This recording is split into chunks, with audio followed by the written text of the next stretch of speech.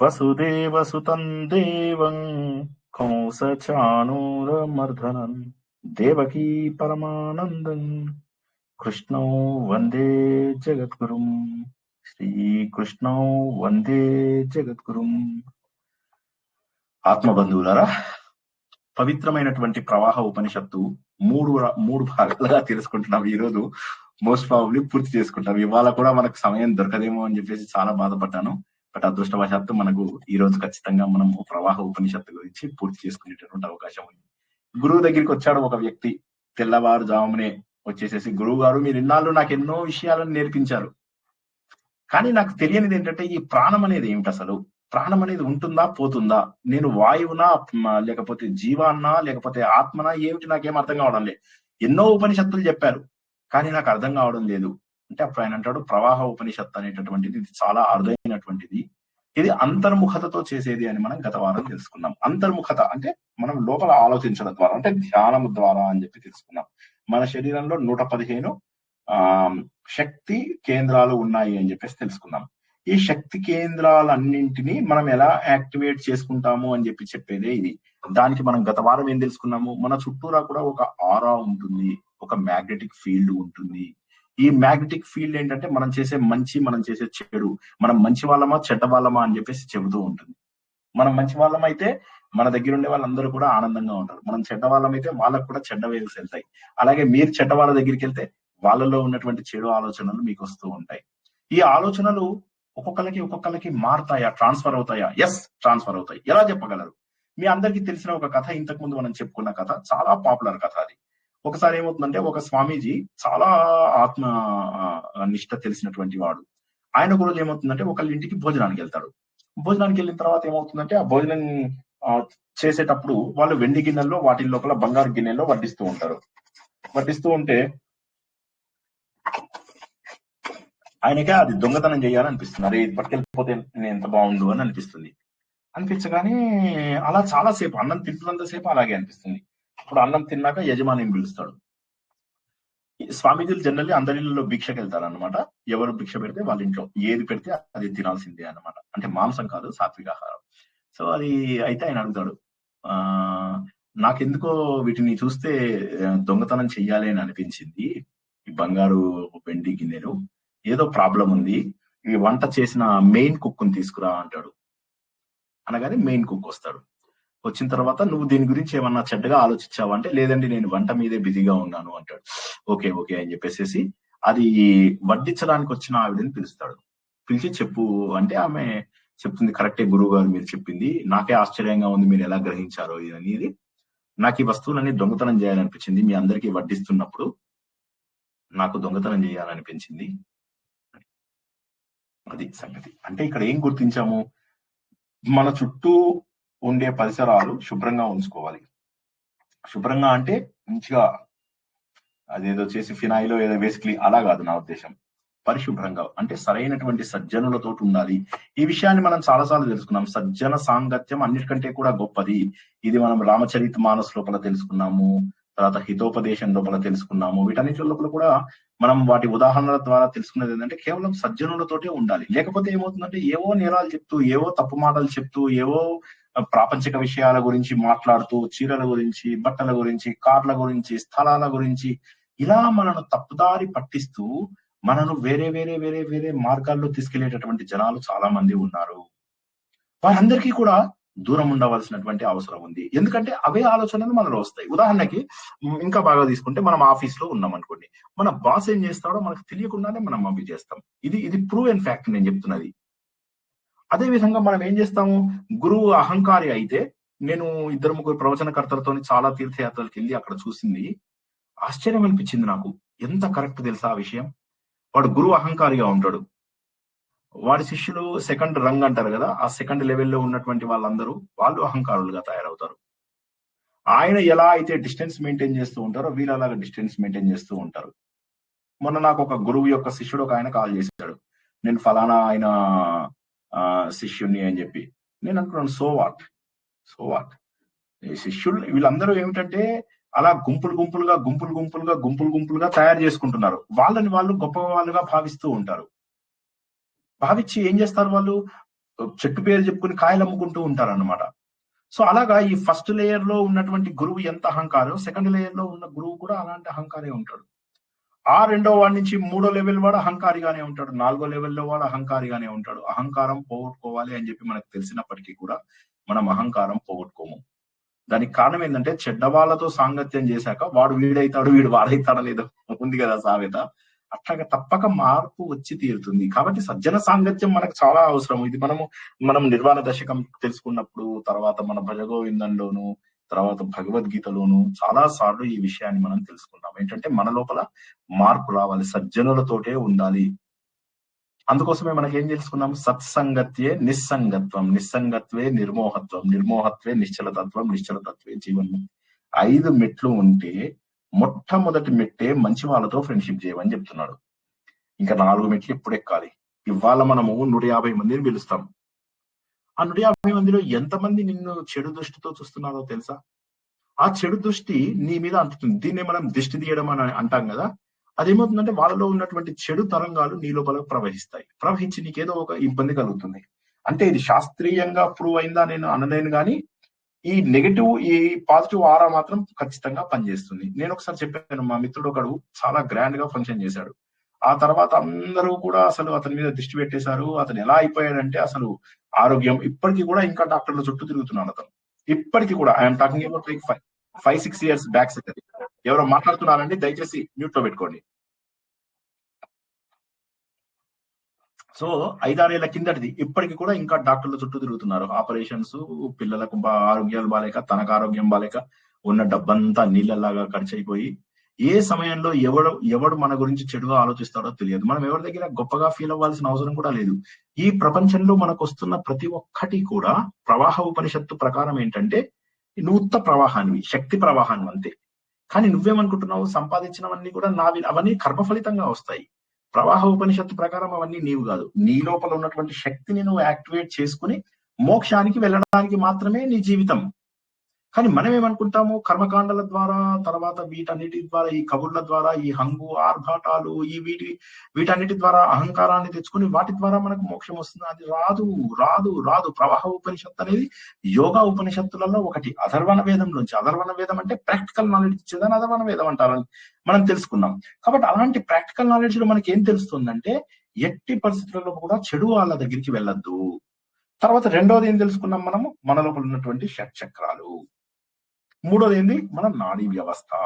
ఈ 3 గత వారం మనం చాలా డీటెయిల్ గా తెలుసుకున్నాం. ఎవరైనా మిస్ అయితే మళ్ళొకసారి చూడండి. అది కాక మళ్ళీ ఈ శనివారం నాడు మనం ఏదైతే 3 గంటలకు ఇది మణిద్వీప వర్ణన ప్రారంభించుకుంటున్నామో, అందులో కూడా కొంత వివరణ ఇవ్వడానికి ప్రయత్నం చేస్తాను. వీలైతే పాత క్లాస్ చూడండి, ప్రవాహ ఉపనిషత్తు క్లాస్ చూడండి. లేకపోతే మళ్ళీ ఇది చూసేటటువంటి అవకాశం, మళ్ళీ ఇంకోసారి మీకు వినే అవకాశం ఉంది. అయితే ఈ మూడిటి వల్ల ఏమవుతుందంటే, మన ప్రాణము ఎలా తిరుగుతుందో దాన్ని బట్టి ఇవన్నీ మారుతాయి. మళ్ళొకసారి చెప్తా. ఇప్పుడు చెప్పినటువంటి ఈ ఆరా మన చుట్టూ ఉండేటటువంటి ఒక కవచం. రెండవది మనలో ఉన్నటువంటి షట్చక్రాలు, ఏవైతే శక్తి కేంద్రాలు అని చెప్పేసి అనుకున్నామో. ఇక మూడవదేంటి? ఎవరైనా చెప్పండి? నాడీ వ్యవస్థ. నాడీ వ్యవస్థ. ఈ నాడీ వ్యవస్థ, ఈ 3 కూడా దేని మీద పనిచేసాయో తెలుసా అని అడుగుతున్నాడు గురువు. అంటే తెలియడం లేదు గురువు గారు, ఏంటి అంటే, నాయన ఈ ప్రవాహ ఉపనిషత్తు అనేటటువంటి అరుదైనటువంటిది, ఎక్స్ట్రీమ్లీ రేర్. అండ్ ఇది కూడా ఏంటి, బాగా ఆలోచిస్తే మాత్రమే అర్థమవుతుంది. ఇందులోపల జీవుని యొక్క శరీర స్థితి, ప్రాణం యొక్క ప్రవాహం, నాడీ సంచారం, బ్రహ్మజ్ఞానం అన్ని కూడా ఇమిడి ఉన్నాయి. అనగానే ఆశ్చర్యంగా వింటూ ఉంటాడు. ఇందాక మనం ఫస్ట్ డే నాడు చెప్పుకున్నాం, ఈయనతో పాటుగా మిగతా శిష్యులందరూ వస్తారు. గురుపత్ని కూడా అక్కడికి వచ్చి వింటూ ఉంటుంది. ఆవిడకి కూడా ఇది ఫస్ట్ టైం వినడం. అసలు ప్రవాహ ఉపనిషత్తు పేరే వినలేదు గురువు గారు అంటారు అందరూ. అంటే మిగతా ఉపనిషత్తులతో పాటు చెప్పుకోమిది. కానీ ఈ ప్రవాహం అనేటటువంటిది ప్రతి ఉపనిషత్తులో భాగమే ఇది అని చెప్పేసి ఆయన అనేసి ఆయన చెప్తూ ఉంటాడు అనమాట. మరి ఎలాగా? ఇప్పుడు నువ్వు నీ శరీరం అనుకుంటున్నావు నువ్వు, కానీ ప్రాణమా నువ్వు ఏది ఉన్నావా, శరీరమా, నువ్వు ఆత్మవా, ఎవరివి అంటే, ఈ శరీరం అనేటటువంటిది ఒక ప్రవాహం అంతే, ఒక శ్రోత. ఇది ప్రాణ ప్రవాహంతో నడుస్తూ ఉంటుంది. ఇది నీ లోపల రక్త ప్రవాహము, శక్తి ప్రవాహము, వాయు ప్రవాహము, వాటన్నిటికీ కూడా మూలము. ఈ 3 ఇందాక చెప్పుకున్నవి ఏవైతే ఉన్నాయో ఆ మూడింటికి కావాల్సినటువంటిది వాయువులు. ఈ ప్రాణ ప్రవాహం అనేటటువంటిది వీటి ద్వారా జరుగుతుంది అంటాడు. ఒక్కసారి ఆపుతాను, ఎవరికైనా ప్రశ్న ఉంటే అడగండి. ముందు ఫస్ట్ మన స్ట్రక్చర్ అర్థమైందా లేదా? ముందు హలో నిద్రపోయిన వాళ్ళు ఒకసారి లేవాలి క్విక్. మనము 3 భాగాలుగా చెప్పుకున్నాం మనని మనము. ఒకటేమో మన చుట్టూ ఉన్నటువంటి ఆరా అంటే ఆవరణ, ఆవరించి ఉన్నటువంటి శరీరం. నెగటివ్ పాజిటివ్ థాట్స్ అన్నిటి ద్వారా ఉంటుంది అని చెప్పి తెలుసుకున్నాం. చనిపోయిన వ్యక్తికి అది కనుక ఫోటో తీస్తే ఏం రాదు, ఆరా అనేటటువంటిది రాదన్నమాట. అది కేవలం బతుకున్న వాళ్ళకు మాత్రమే క్రిలియన్ కెమెరాస్ అని వాటితో తీస్తే అది కనిపిస్తుంది, నాడీ వ్యవస్థ ఇవన్నీ కనిపిస్తాయి. సో మనలో ఉన్నటువంటి రెండవది ఈ షట్చక్రాలు సహస్రారం, ఈ 7 కనిపిస్తాయి అంటే శక్తి కేంద్రాలు. మూడోది రక్త ప్రవాహం, దీన్ని నాడీ వ్యవస్థ అంటాం. చెప్పండి సుమిత్ర గారు. నాడీ వ్యవస్థ అంటున్నానండి. నాడీ వ్యవస్థ అంటే రక్త ప్రసారం, నాడి, ఈడ, పింగళ, సుషుమ్న ఇవన్నీ చెప్పాం కదా. అటువంటి 72,000 నాడులు మన శరీరంలో ఉన్నాయి. ఓకేనా? అవి సెన్సరీ ఆర్గాన్స్ అంటారు వాటిని. సరే, ప్రస్తుతానికి మీరు రక్త వ్యవస్థ అని అనుకోండి, సరేనా? ఓకే అండి. ఈ 3 వచ్చిన తర్వాత ఇప్పుడు ఈ 3ంటికి కారణమైనటువంటిదే ప్రవాహం నాయన. ప్రవాహ ఉపనిషత్తు అంటే మరి ఏమీ కాదు నాయన. ఈ 3ంటికి శక్తినిచ్చేటటువంటిది, ఈ 3ంటి లోపల తిరిగేటటువంటి ప్రవాహమే ప్రవాహ ఉపనిషత్తు. మన శరీరంలో 72,000 నాడులు ఉన్నాయి. ఈ నాడులన్నింటిలో కూడా ప్రాణవాయువు వెళ్తుంది, జీవుడిని చలనశీలంగా చేస్తుంది. ఒకవేళ కనుక ఇవి తిరగకపోతే శరీరంలో ఈ చేతులు పనిచేయవు, కాళ్ళు పనిచేయవు, వేళ్లు పనిచేయవు, నోరు పనిచేయదు. కాబట్టి ఈ ప్రవాహం అనేటటువంటిది అత్యంత ముఖ్యము. దీనిని ప్రాణ ప్రవాహం అంటారు. ప్రాణం అంటే ఏంటి గురువు గారు? నువ్వు తీసుకునేటటువంటి ఆక్సిజన్ ఏదైతే ఉందో, ఈ ఆక్సిజన్ అనేటటువంటిది ప్రాణము, అపానము, వ్యానము, ఉదానము, సమానము, తర్వాత ఇంకేమున్నాయి, నాగ, కూర్మ, కృకర, ధనుంజయ, దేవదత్త అనేటటువంటి 10 రకాలుగా ఇది విడిపోయి ఉంటుంది. ఈ 10 రకాల లోపల కూడా ట్రావెల్ చేసేటటువంటి ప్రాణం ఏదైతే ఉంటుందో అది అన్ని శరీరంలో ప్రతి అణువుని, మన శరీరం అంతా కూడా అణువులుగా ఉంది. ఆ అణువులన్నింటికి కూడా శక్తి ఇస్తుంది. ఇవి మనం చేసేటటువంటి కర్మలకు ఉపయోగపడతాయి, మన లోపల ఆలోచనలు, తర్వాత మన శరీరం యొక్క చలనం. జాగ్రత్తగా వినండి. మన శరీరం చలనం కావాలి, మన కదలికలు, ఉదాహరణకు చిన్నవి, కన్నెప్పలు కొట్టాలి అంటే ఒక వాయువు కావాలి, ముక్కు కదలాలి అంటే వాయువు రావాలి, ఆవులించాలి అంటే వాయువు రావాలి, గొంతులోంచి ఇది రావాలంటే, అన్నం తినాలి అంటే అన్నం అరగాలి అంటే వాయువు కావాలి, జఠరం కదలాలి అంటే వాయువు కావాలి, చెడు వాయువులు వెళ్ళిపోవాలి అంటే వాయువులు కావాలి. శరీరం అంతా కూడా వ్యాపించి ఉన్నటువంటి వ్యవస్థ ఇది అద్భుతమైనటువంటి వ్యవస్థ నాయన. ఈ ప్రాణం అనేది ఏదైతే ఉందో నీకు ఇక్కడి నుంచి మొదలై ఇక్కడి వరకు ఇలా పైకి ఊర్ధ్వ దిశలో పరిగెడుతూ ఉంటుంది. ఉదాహరణ అనేది ఇక్కడ ప్రారంభమై గొంతుకు వస్తుంది. ఇది అంటే నువ్వు మాట్లాడే మాటలన్నీ గొంతు రూపం నుంచి బయటకు వస్తాయి నాయన. ఇక అపానము, ఈ బొడ్డు నుంచి కింది భాగమునకు ప్రవహించేటటువంటి వాయువుని అపాన వాయువు అంటారు. ఇక వ్యానం అనేది శరీరం అంతా, చేతులలో, కాళ్ళల్లో, తలలో, కాళ్ళలో, అన్ని చోట్ల కూడా వ్యాపించి ఉంటుంది వ్యానము. ఏ వాయువు తక్కువైతే ఆ వాయువుని ఇది సబ్స్టిట్యూట్ చేస్తుంది. ఇక చివరికి సమాన వాయువు ఈ బొడ్డు దగ్గరలాగా ఉంటుంది. అదేం చేస్తుందంటే ఆ బొడ్డు దగ్గర మనం తిన్నటువంటి ఆహారాన్ని దీన్ని సరిగా బ్రేక్ డౌన్ చేసి అది అరగడానికి వీలుగా చేస్తుంది అనమాట. ఈ విధంగా ముఖ్యమైనటువంటి 5 వాయువులు, వాటి యొక్క ఫంక్షన్స్ కూడా చెప్పాను. ఇలా నీ శరీరం అంతా ఉండడం వల్ల ఏమవుతుందంటే వీటన్నిట్లలో ప్రాణవాయువు కనుక లేకపోతే మిగతా వాయువులు ఏవి పనిచేయవు. కాబట్టి ప్రాణవాయువే ముఖ్యం. ఈ నాడుల ప్రవాహం ఎక్కడికి వెళ్తుంది అంటే ఈ మొత్తం సుషుమ్న అంతా అల్టిమేట్లీ నీకు కావాల్సింది ఏంటంటే మోక్షం. ఆ మోక్షం రావాలంటే ఈ శరీరంలో సుషుమ్న నాడి ద్వారా హృదయం నుంచి వెళ్తుంది. ఇక్కడ ఆత్మ అనేటటువంటిది ఉన్నది అని చెప్పేసి అంటారు నాయన. ఇది వెళ్ళి ఈ సూక్ష్మ శరీరం ఏదైతే ఉందో, ఈ సూక్ష్మ శరీరము అంటే నీ కారణ శరీరం, ఇక్కడ సూక్ష్మ శరీరం అంటే ఇక్కడ కారణ శరీరం. ఈ కారణ శరీరం ఏదైతే ఉందో దానికి మనస్సు, తర్వాత శరీరము, ఇవి పనిచేయాలంటే ఈ వాయువులు అవసరము. ఈ విధంగా ఈ ప్రాణం యొక్క ప్రవాహము ఇలా నువ్వు పైకి తీసుకెళ్లి ఒక్కొక్క లేయరు దాటుకుంటూ వెళ్తే ఈ సుషుమ్న నాడి ఏదైతే ఉంటుందో, ఈ ఎడం వైపు ఉండేదాన్ని ఇడ అంటారు, కుడి వైపు ఉండేదాన్ని పింగళ అంటారు. ఈ మధ్యలో మన ఇలా కింద కట్టేసినట్టుగా ఉంటుంది ఇలాగా. ఇదేమో ఓకే, మీకు అర్థం చేసి జాగ్రత్తగా వినండి. ఈ ఎడమ ఇడ ఇది పింగళ, అవి ఇక్కడ ఉన్నాయి. ఓకే, ఇక్కడ కింద ఈ కుండలిని ఉండే దగ్గర ఏమవుతుందంటే స్టార్ట్ అవుతాయి. ఈ మధ్యలో ఉండేటటువంటిది ఏదైతే ఉంటుందో ఈ మధ్యలో ఇలా ఉంటుంది, ఇది సుషుమ్న. ఈ సుషుమ్న మనకు ఎలా స్ట్రైట్ గా వచ్చి ఇక్కడ దాకా వెళ్తుంది. మన చక్రాలు షట్చక్రాలు ప్లస్ సహస్రారం 7 చక్రాలని కనెక్ట్ చేసేదాన్ని సుషుమ్న అంటారు. ఎడమ వైపు నుంచి కుడి వైపు నుంచి వచ్చేటటువంటివి ఇడా పింగళాలు. ఈ ఇడా పింగళాలు ఈ షట్చక్రాలకు అనుగుణంగా ఇలా పైకి వెళ్తూ ఉంటాయి. మనం ఇంతకుముందు తెలుసుకున్నాం, సుమారుగా మనం తీసుకునేటటువంటి శ్వాసలలో 21,600 శ్వాసలు ఈ చక్రాలను యాక్టివేట్ చేస్తాయి. ఈ చక్రాలు ఇలా ఉంటాయి. ఇక్కడ ఒక చక్రం ఉంది, ఇలా తిరుగుతూ ఉంటుంది. ఇది గణపతి చక్రం అని చెప్పేసి తెలుసుకున్నాం కదా. ఇది మూలాధారం, స్వాదిష్టానం. ఇవన్నీ చక్రాలు ఇలా తిరుగుతూ ఉంటాయి. దాన్ని యాక్టివేట్ చేయాలి. అవి కనుక యాక్టివేట్ కాకపోతే మన శరీరంలో ఏమవుతాయంటే బ్లాక్స్ వచ్చేస్తాయి.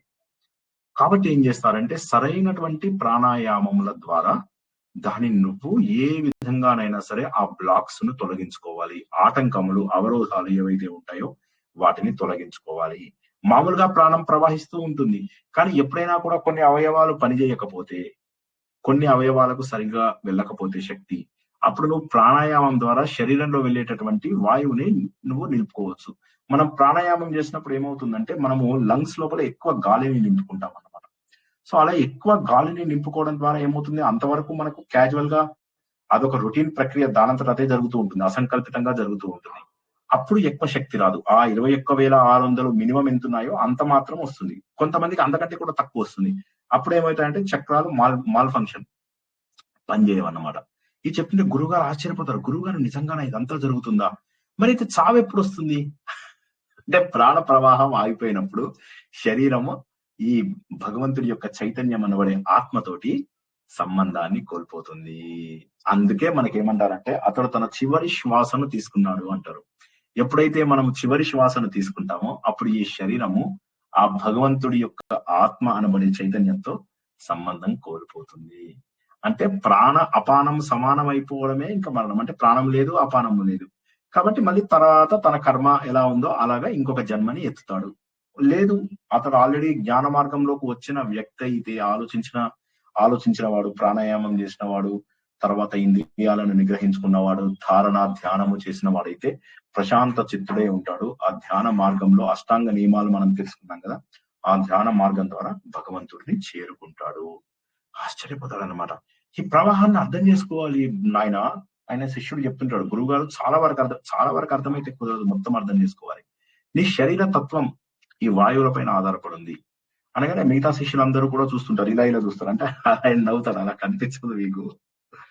శరీరం మొత్తము వ్యాపించి ఉన్నటువంటి ఈ వాయువులు 10 వాయువులు గనక లేకపోతే నీ శరీరం ఆత్మ డిస్కనెక్ట్ అయిపోతాయి. ఈ పాయింట్ అర్థమైందంటే అందరికి ఒకసారి ఆపుతున్నా, కావాలనే ఆపుతున్నాను. ఎవరికైనా అర్థమైందా కాలేదా?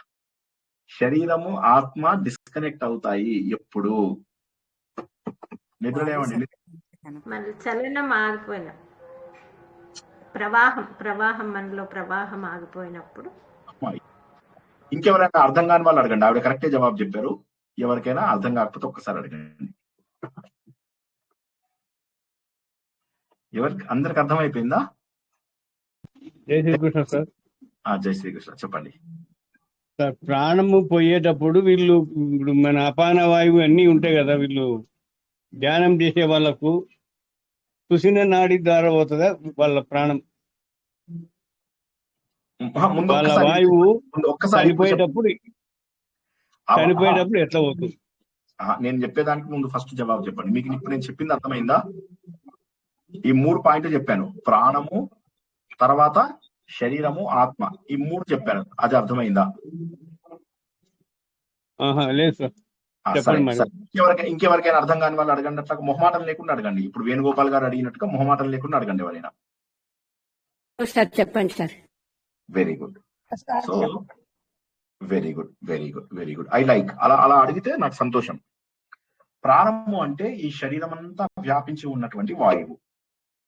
ఈ ఉపనిషత్తు మొత్తము చెప్పేది ఏంటంటే మన శరీరంలో ప్రవహిస్తున్నటువంటి ప్రాణము ఏదైతే ఉందో, అంటే వాయువులు 10 వాయువులు ఏవైతే ఉన్నాయో వాటి వల్ల మాత్రమే ఈ శరీరము దేవుడి దగ్గర నుంచి వచ్చినటువంటి చైతన్యము. దేవుడి దగ్గర నుంచి వచ్చినటువంటి చైతన్యం, దాన్ని ఆత్మ అంటాము. శరీరం ఉంది మనకు, దేవుడి దగ్గర నుంచి వచ్చినటువంటి ఆత్మ ఉంది. శరీరము, ఆత్మ, ఈ 2 కనెక్ట్ అవ్వాలి అంటే నీ లోపల గాలి ప్రవహిస్తుండాలి. ఒకసారి గాలి ఆగిపోయింది అంటే ఈ 2 డిస్కనెక్ట్ అయిపోతాయి. ఇది చూసుకోండి. ఇప్పుడు అందరు చూడండి, ఇక్కడ కనెక్షన్ కనిపిస్తుందా? ఇది శరీరం, ఇది ఆత్మ. కనిపిస్తుందా? నా చెయ్యి క్లియర్గా ఉందా? కనబడుతుంది కనిపిస్తుంది. ఇది వాయువు వెళ్తున్నంత వరకు. వాయువు ఒకవేళ వెళ్ళలేదనుకో, ఇది చైతన్యం భగవంతుల్లోకి వెళ్ళిపోతుంది, ఈ శరీరం అయిపోతుంది.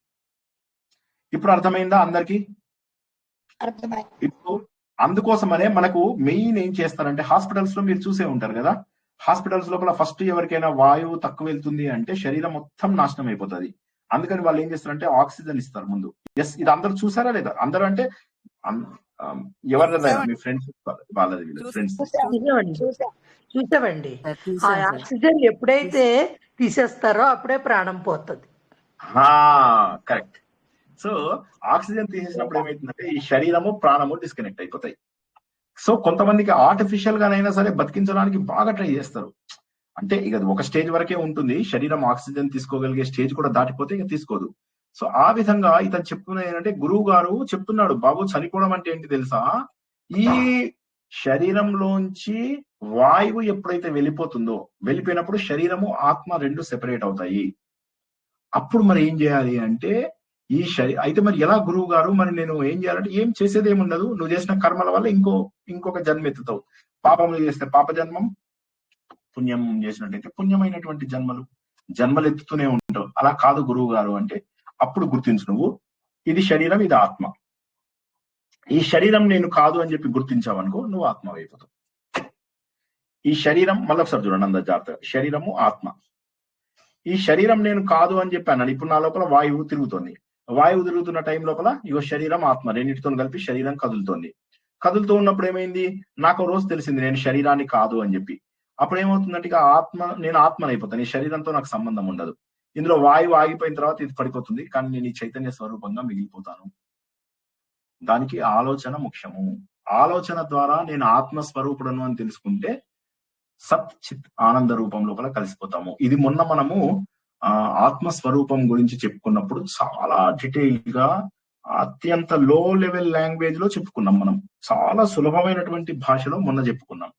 దాందే కొద్ది మార్పుతోటి ఇక్కడ నేను చెప్తున్నాను ఏంటంటే, ఈ శరీరం నేను కాదు అనుకున్న మరుక్షణము భగవంతుడి యొక్క ఆత్మస్వరూపంలో కలిసిపోయి నిరంతరము ఆనందంగా ఉండే సచ్చిదానంద స్వరూపుడుగా మారిపోయేటటువంటి అవకాశం ఉంది. కానీ శరీరం నేను అనుకున్నప్పుడు అప్పుడు కూడా చైతన్యం వెళ్ళిపోతుంది. కానీ ఇది బలవంతంగా అయ్యో నేను పోతున్నా అని పోవడము, ఇంకో జన్మెత్తడం, మళ్ళీ ఆ జన్మ లోపల మళ్ళీ బంధాలను విడదీసుకోవాలి. అనవసరమైనటువంటివి అన్ని కట్ చేసుకోవాలి. ప్రోగ్రామ్స్ జీవితంలో ప్రతి ప్రోగ్రామ్ ను కట్ చేసుకున్నప్పుడు మాత్రమే మనం దేహం కాదు అని చెప్పి తెలుస్తుంది. ఎందుకంటే దేహం ఉన్నప్పుడే ఇవన్నీ వచ్చాయి. ఈ స్నేహితులు, ఈ బంధువులు, ఈ ప్రపంచము, ఈ గోళ, ఈ ఉద్యోగము, ఈ పేరు, ఈ శరీరము, ఇవన్నీ కూడా దేహం నేను అనుకోవడం ద్వారా వచ్చినవి. ఒకసారి నాది దేహం పడిపోతే ఇవన్నీ కట్ అయిపోతాయి. కాబట్టి నేను దేహానికి అతీతమైనటువంటి ఆత్మను. దేహం అనుకుంటేనే ప్రాబ్లమ్స్. ఇప్పుడు నిద్ర లోపల ఎందుకు శాంతిగా ఉంటామో తెలుసా? నిద్ర లోపల వీఆర్ నాట్ లిమిటెడ్. నిద్ర లోపల మనకు పరిమితులు లేవు, కంట్రోల్స్ లేవు మన మీద. నిద్ర లోపల గాఢ నిద్రలో ఉన్నప్పుడు మన పైన ఎటువంటి కంట్రోల్స్ ఉండవు. ఎప్పుడైతే మన పైన ఎటువంటి కంట్రోల్స్ ఉండవో, అంటే ఇది కొనుక్కోవాలి, అది కొనుక్కోవాలి. ఎవరైనా గాఢ నిద్ర లోపల అట్లా ఆలోచిస్తారా అండి? నా పాయింట్ అర్థమవుతుందో లేదో నాకు తెలియదు. ఒక్కసారి కొద్దిగా గట్టిగా పట్టుకోండి చెయ్యిని. గాఢ నిద్రలో ఉన్నారు మీరు. ఉన్నప్పుడు నాకు బంగారం కావాలి, కార్లు కావాలి, వజ్రాలు కావాలి, పిల్లలు కావాలి. నిద్రలో లేమని సార్ ఏమీ తెలియదు కదా సార్, ఏమీ తెలియదు. సో గాఢ నిద్రలో ఉన్నప్పుడు ఎందుకు మనం ఆనంద స్వరూపులుగా ఉంటామంటే, ఆ సమయం లోపల నీకు ఆశ, కోరికలు ఇవేవి ఉండవు. నువ్వు ఆ స్వరూపుడవి. గాఢ నిద్ర అనేది ఒక చిన్న ఎగ్జాంపుల్ అంతే. అదే అజ్ఞానము, ప్రతి ఒక్కడికి ఏం తెలియనోడికి కూడా అది వస్తుంది. కానీ నువ్వు గనక నిజంగా మనస్ఫూర్తిగా గనక నేను ఆత్మస్వరూపుడని అని తెలుసుకున్నట్టు మరుక్షణము వీటన్నిటికీ దూరంగా వెళ్ళిపోతావు. నేను ఆత్మస్వరూపుడని అనుకున్నప్పుడు ఈ శరీరంతో సంబంధం ఉండదు. ఇవాల్టి నుంచి ఆనందంగా ఉంటావు. ఎప్పుడైతే ఇప్పుడు ఒకటి చెప్తాడు నీకు, నీ కొడుకు సముద్రంలో వస్తున్నాడు, సముద్రంలో బోట్ ఇరుక్కుపోయింది అనగానే టెన్షన్ పడుతూ ఉంటాం. తర్వాత చెప్తాడు లేదు ఇప్పుడు బోటు విడుదల అయిపోయిందిలే, వచ్చేస్తున్నారు వాళ్ళు అంటే ఇప్పుడు సంతోషపడతాం. విడుదల అయిన ప్రతి ఒక్కడు సంతోషంగా ఉంటాడు. ఈ ప్రపంచంలో విడుదల అయిన ప్రతి ఒక్కడు సంతోషంగానే ఉంటాడు. కానీ విడుదల అంటే ఇది అని ఎవరికి తెలియదు. ఎంతసేపు కూడా మనం పట్టుకున్నటువంటి బంధాలే, ఇక్కడ పట్టుకున్నవన్నీ కూడా మనం పట్టుకున్నవే. ఇక్కడ ఉన్నవి ఏవి కూడా మనం పూర్వజన్మ నుంచి తీసుకొచ్చినవి కాదు. ఇవన్నీ కూడా వదిలేయాలి. ఇక్కడ బంగ్లాలు, కార్లు అన్ని వదిలేయాలి. మళ్ళీ ఈ శరీరం మళ్ళీ ఇంకెక్కడ కనిపించదు, అయిపోయింది. ఒకసారి శరీరం పోయింది అంటే ఇలాంటి శరీరం మళ్ళా రాదు. కొత్త శరీరం, మళ్ళీ కొత్త శరీరం ఏ కుక్కదో, నక్కదో, పందిదో ఈ జన్మలో చేసుకున్న పాపాలు ఉన్నాయి కదా, అన్ని అబద్ధాలు చెప్పి తప్పులు మాట్లాడి అవన్నిటితోనే వస్తుంది. వచ్చే జన్మలో అత్యంత దారుణమైనటువంటి జన్మలు వస్తాయి. సినిమాల్లో వాటిలో చూస్తూ ఉంటాం కదా, మనుషులుగా పుట్టిన వాళ్ళు కూడా ఎంత దారుణమైనటువంటి కష్టాలు అనుభవిస్తుంటారు. భోజనం లేక, బట్టలు లేక, ఎన్నో అమానుషమైనటువంటి పనులకు గురవుతున్న వాళ్ళు, చిన్నతనం నుంచే కోర్టులలో, కేసులలో, పోలీస్ స్టేషన్స్ లో తన్నులు తింటున్న వాళ్ళు, ఎన్కౌంటర్ అవుతున్న వాళ్ళు, తప్పు లేకుండా యాక్సిడెంట్ లో చనిపోతున్న వాళ్ళు, వీళ్ళందరినీ మన కళ్ళ ముందే కనిపిస్తున్నారు. కాబట్టి ఏంటంటే, నేను ఆత్మస్వరూపుడు నేను తెలుసుకోవాలి నాయన. తెలుసుకున్నట్లయితే అప్పుడు ఈ ప్రాణము నిన్ను వదిలేసినా కూడా నువ్వు చైతన్యంగా మిగిలిపోతావు అనగానే అప్పుడు ఒక్కసారిగా ఆలోచించడం మొదలెడతారు. అందరూ శిష్యులు ఇలా కూర్చుంటారు. శ్వాస తీసుకోవడం మొదలెడతాడు. శ్వాస తీసుకున్నప్పుడు శ్వాస మీదనే ధ్యాస, ఇక ప్రపంచంలో ఏమీ లేదు.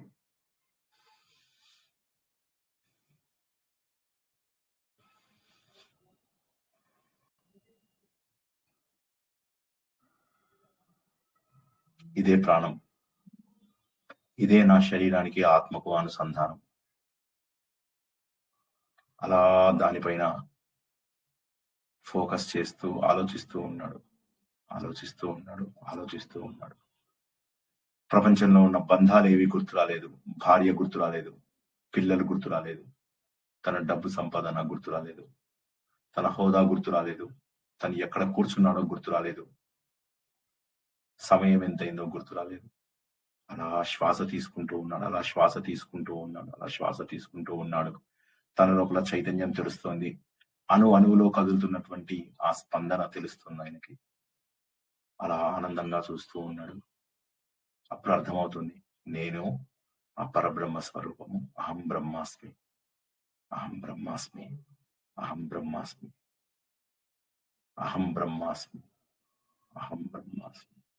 ఇలా ఆలోచిస్తూ తన్మయంగా నిశ్శబ్దాన్ని తన గుండె లోపల నిలుపుకున్నాడు శిష్యుడు.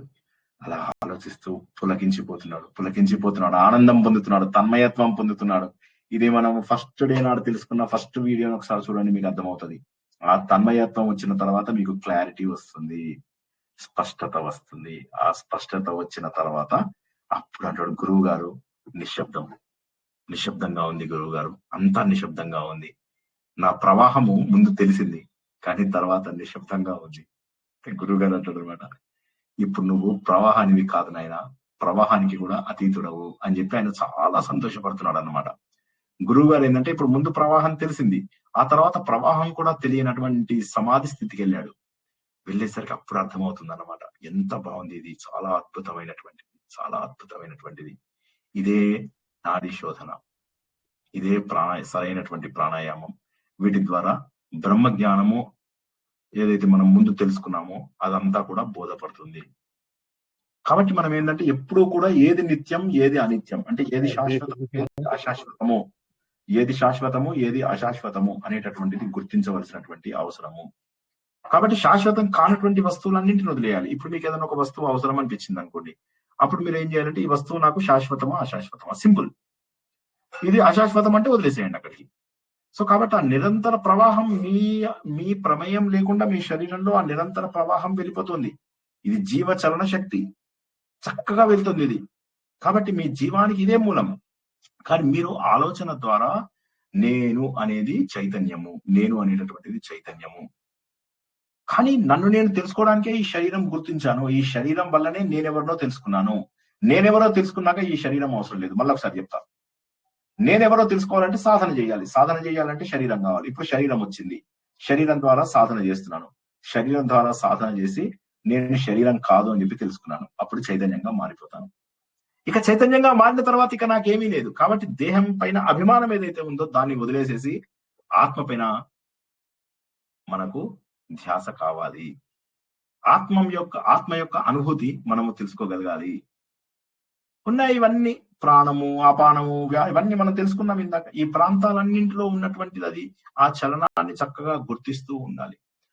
గుర్తిస్తూ గుర్తిస్తూ సూర్యనాడి, చంద్రనాడి, సుషుమ్నా నాడి ఇవన్నీ ఏమిటి అని చెప్పి అలా గ్రహిస్తూ గ్రహిస్తూ గ్రహిస్తూ గ్రహిస్తూ ప్రాణం అనేటటువంటిది నశించిపోతుంది, శరీరం అనేటటువంటిది నశించిపోతుంది, కాలం అనేటటువంటిది నిలిచిపోతుంది, నాడి అనేటటువంటిది నిలిచిపోతుంది, స్థలం అనేటటువంటిది నిలిచిపోతుంది.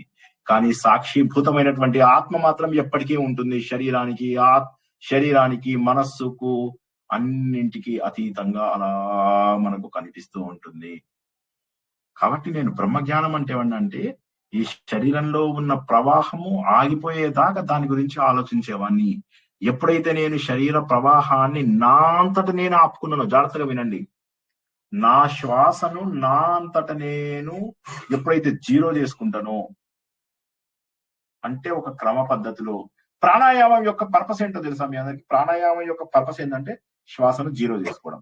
ఇంత ఆశ్చర్యంగా ఉంది, అసలు ఇది మనకు తెలియదు. ముందేంది ప్రాణాయామం అంటే బాగా గాలి పీల్చుకోవడం అనుకున్నాం, కానీ అది కాదు.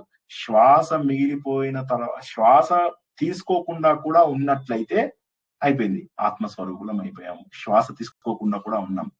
ఇది మెల్లమెల్లగా తగ్గుతుంది, శ్వాస ఒకసారి తగ్గదు. ఇప్పుడు మనకు హిమాలయాల్లో అక్కడ ఇక్కడ ఉన్నటువంటి యోగులు వాళ్ళు వీళ్ళు చాలా మంది ఉంటారు కదా, వారందరూ కూడా శ్వాస పైన నియంత్రణ చేసి 100, 200 ఏళ్ళు 300 ఏళ్ళు కూడా బతికిన వాళ్ళు ఉన్నారు. ఒక ఆయన పేరైంది 300 సంవత్సరాలు బతికాడు. 3 జనరేషన్స్ లో ఆయన ఫోటోలు దిగాడు, ఫోటోలు వేయించుకున్నాడు తనవి.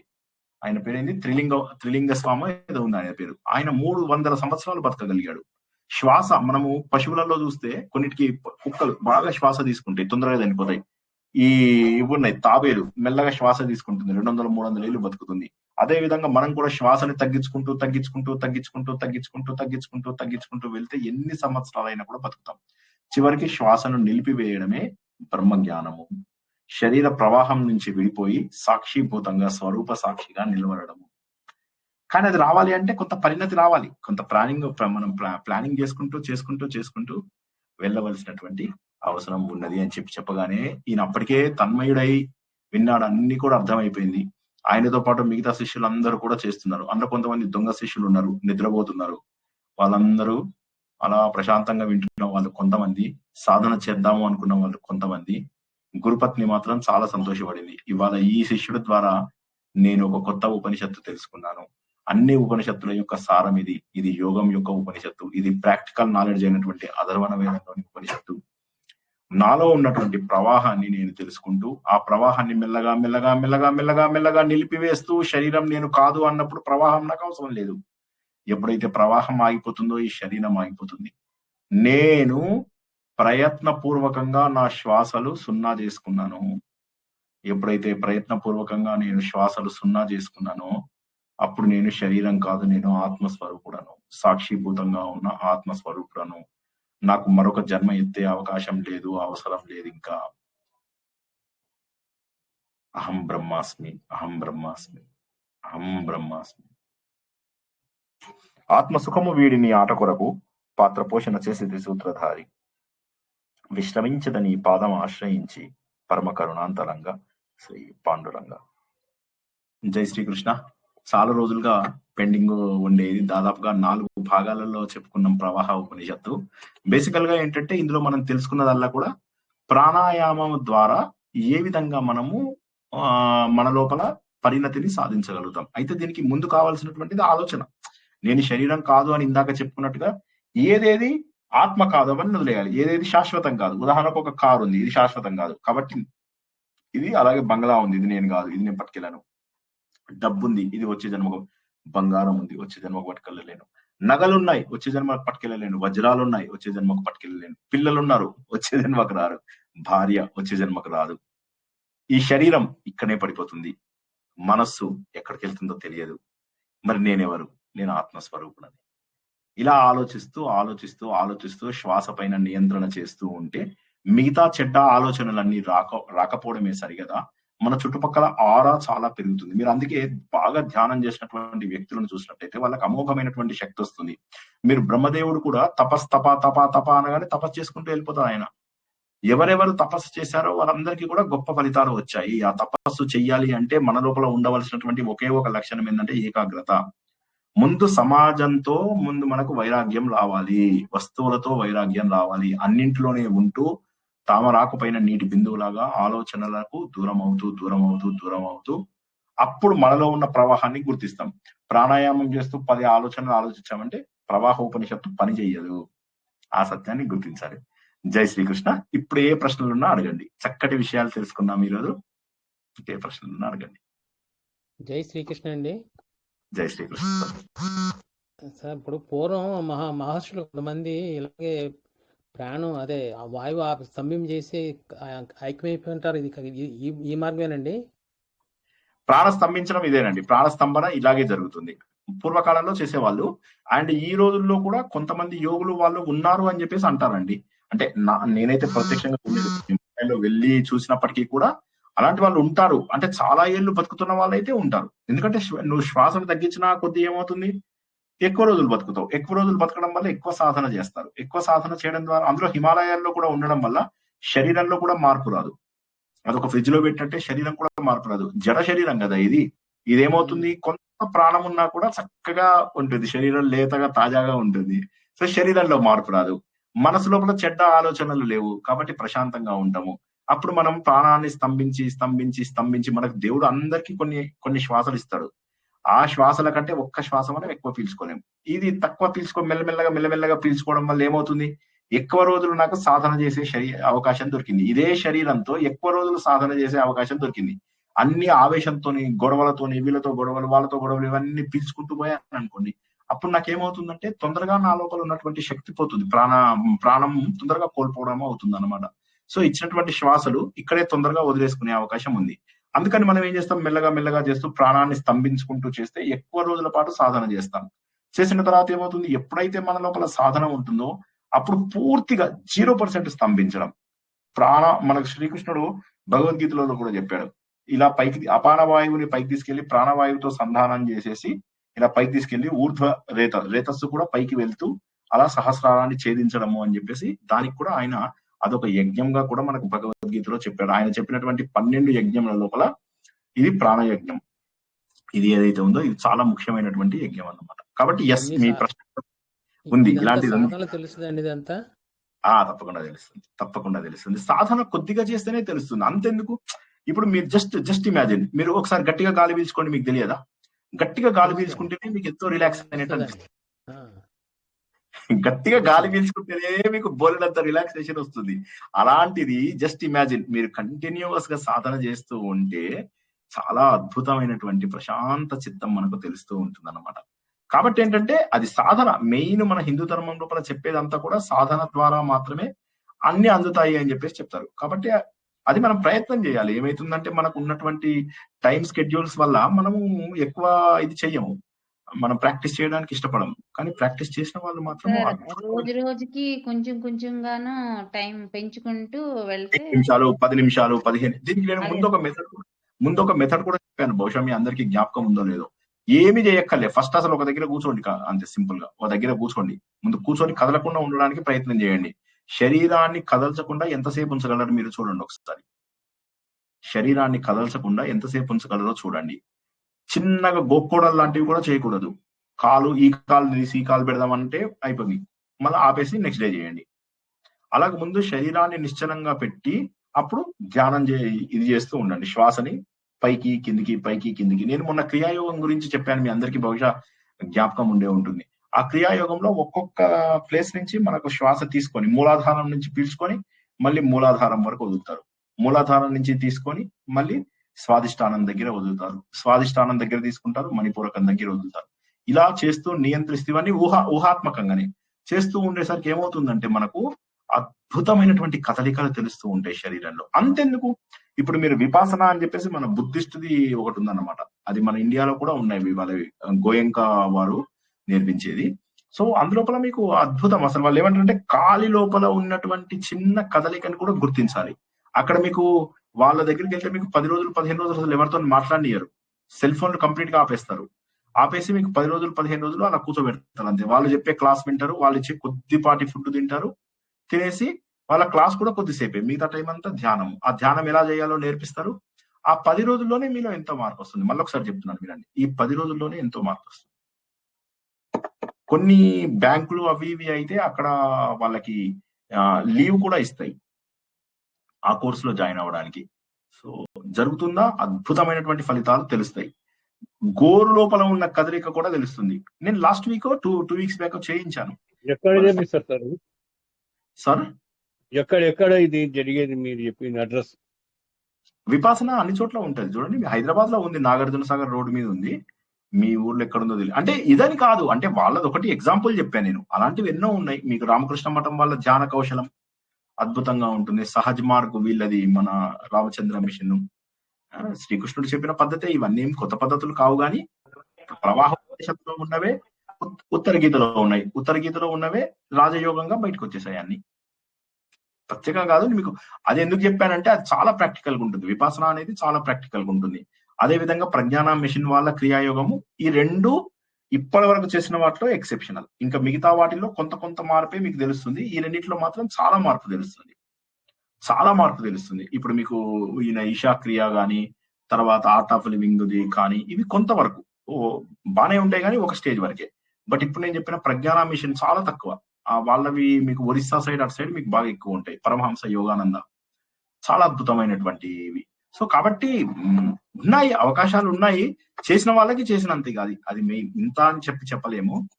కానీ ఏదైనా ముందు ఇవాళ ప్రవాహ ఉపనిషత్తు ద్వారా చాలా గొప్ప విషయాలను మనం తెలుసుకునేటటువంటి అవకాశం కలిగింది మనకు. ఎందుకంటే ఈ ఉపనిషత్తులో ఎన్ని విషయాలు చెప్పాడంటే ఆయన, దాదాపుగా మనం లలిత సహస్రనామంలో ఒక 100 శ్లోకాలు నేర్చుకున్న దానికి సమానంగా చెప్పాడు. నచ్చిందా? Doubt sir. ముందు ఫస్ట్ నచ్చిందా లేదా చెప్పండి. ఫస్ట్ నచ్చిందా లేదా చెప్పి తర్వాత బాగుంది సార్.